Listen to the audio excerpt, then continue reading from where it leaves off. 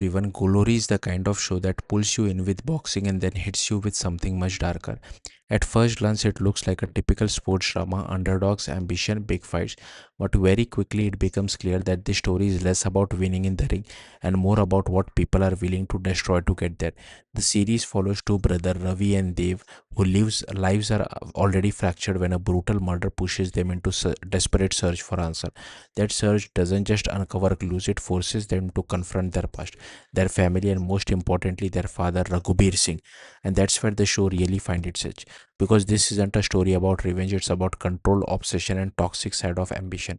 As the brothers dive deeper into the mystery, they are also pulled back into the world of boxing, a world they both carry trauma from. Every fight, every decision feels like it's tied to something bigger, something darker. The tone reflects that perfectly. The series builds a heavy, almost suffocating atmosphere where nothing feels clean or heroic. Even the victories feel uneasy. You are constantly questioning the characters, their motives, their choices, and whether anyone here is truly in the right. Performance wise, this is where the show really stands strong. Divyenndu delivers one of the most intense performances in the series, bringing a raw emotional weight that anchors the story.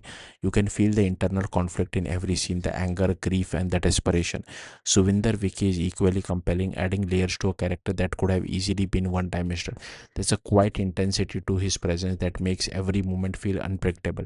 And then there's Pulkit Samrat, who brings a different kind of energy. His boxing scenes feel grounded and realistic. It's clear he's put in the work physically, but beyond that, he captures the emotional journey of someone trying to reclaim control over his life.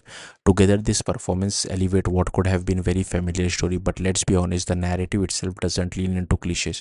Revenge, family, secrets, corrupt system, you have seen these elements before. And in the middle episode, the show does start to lose focus. There are subplots that don't quite land, characters that don't add much, and the pacing that drags more than it should. But the show knows how to recover. By the time it reaches its final stretch, it pulls everything together with a twist that completely reframes the story. It's a kind of reveal that makes you rethink everything that came before, and more importantly, it hits emotionally. Thematically, Glory asks some uncomfortable question.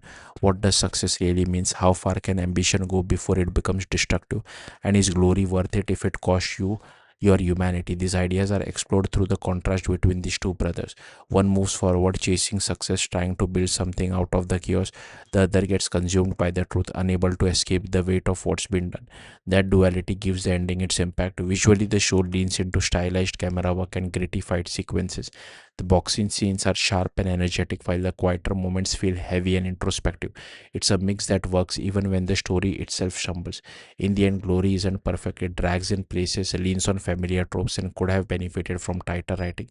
But when it focuses on its strengths, the performance, the emotional conflict, and that dark, unsettling tone, it becomes something genuinely engaging. This isn't just a sports drama, it's a story about the cost of ambition and the damage left behind when people chase greatness at any price. And that's what makes it worth watching. Thank you for watching. Bye.